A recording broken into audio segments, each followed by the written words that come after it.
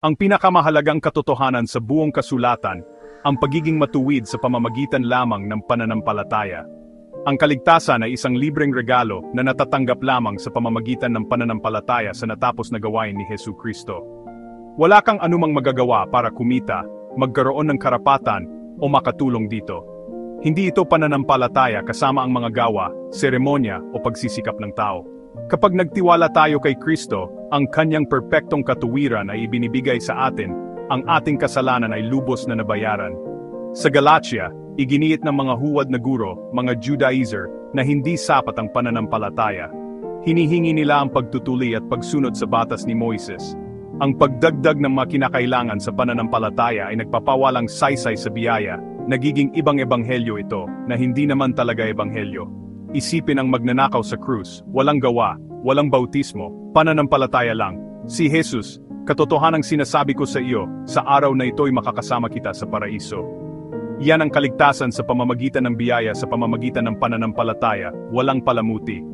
Aral 1, ang kaligtasan ay sa pamamagitan lamang ng pananampalataya. Aral 2, huwag magdagdag ng mga kinakailangan ng tao sa ebanghelyo. Aral 3, lubos na magtiwala sa natapos na gawain ni Kristo. Iyan ang mga nakataya ngayon, ang makasaysayang sandali kung saan ipinagtanggol ni Pablo ang katotohanan ito. Susunod, kung paano tiniyak ni Pablo ang ebanghelyong iyon sa isang pribadong pagpupulong sa Jerusalem, at kung ano ang ibig sabihin nito para sa simbahan ngayon. 14 na taon matapos ang kanyang pagbabagong loob, nagpunta si Pablo sa Jerusalem sa pamamagitan ng pahayag. Nakipagkita siya ng pribado sa mga taong may reputasyon, sina Pedro, Santiago at Juan, upang ipakita ang ebanghelyong ipinangaral niya sa mga hentil. Dinala ni Pablo si Tito, isang Griego na hindi tinuli, bilang isang live na pagsubok. Hihingin ba ng mga pinuno ng Jerusalem ang pagtutuli? Kung iginiit nila, ang ebanghelyo ng biyaya ay itatatwa sa pinakabuod nito. Pablo, ngunit hindi kami sumuko sa kanila kahit isang oras.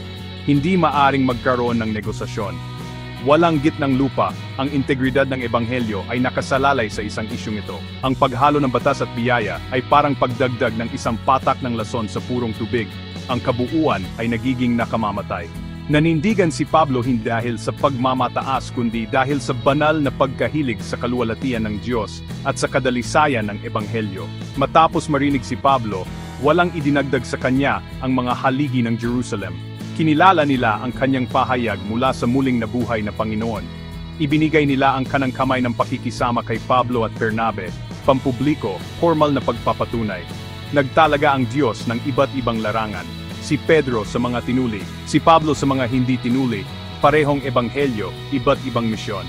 Ang apostolikong pagpapatunay na iyon ay nagpawalang saysay sa mga argumento ng mga Judaizer at nagpatunay sa pandaigdigang ministeryo ni Pablo. Nagpatunay ito ng isang prinsipyo, pagkakaisa sa diwa ng ebanghelyo, pagkakaiba-iba sa aplikasyon at pamamaraan. Ito ang plano para sa tunay na pakikisama ng mga Kristiyano, kung paano dapat bantayan at isabuhay ang ebanghelyo. Isang bagay lang ang hiniling ng mga apostol sa Jerusalem, alalahanin ng mga mahihirap. Hindi ito dagdag sa ebanghelyo o kondisyon para sa kaligtasan, ito ang bunga ng pananampalatayang nagliligtas. Ang tunay na pananampalataya ay nagbabago ng buhay, nagbubunga ng mabubuting gawa, habag, at pagmamalasakit sa material na pangangailangan. Sabik si Pablo na tumulong, nangolekta siya ng mga handog mula sa mga simbahan ng Macedonia at Achaia para sa mga mahihirap sa Jerusalem. Ang doktrina na walang habag ay walang laman, ang gawaing panlipunan na walang katotohanan ng ebanghelyo ay simpleng kawanggawa lamang. Ang tunay na Kristyanismo ay pinagsasama ang pagbabantay sa ebanghelyo at ang maingat na pag-aalaga sa mga nangangailangan. Ngayon, bumabalik ang parehong tukso, ritualismo, pagtulong sa sarili, moralismo, malabong espiritualidad at isang malambot na ebanghelyo. Ang pagiging eksklusibo ng ebanghelyo na si Jesus ang tanging daan ay makakasakit. Ngunit ito ang nagliligtas. Dapat tayong maging tulad ni Pablo, tumangging sumuko kahit isang oras, ipagtanggol ang katotohanan sa pag-ibig.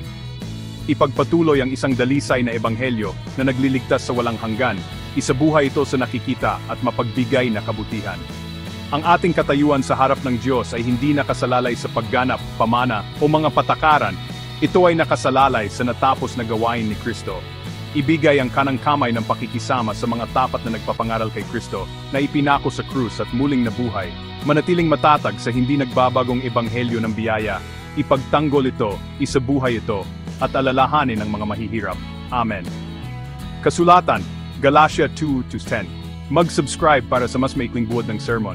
Kung nagustuhan mo ang buod na ito, paki-like ang video, at mag-subscribe para sa mas maikling mga insights sa sermon.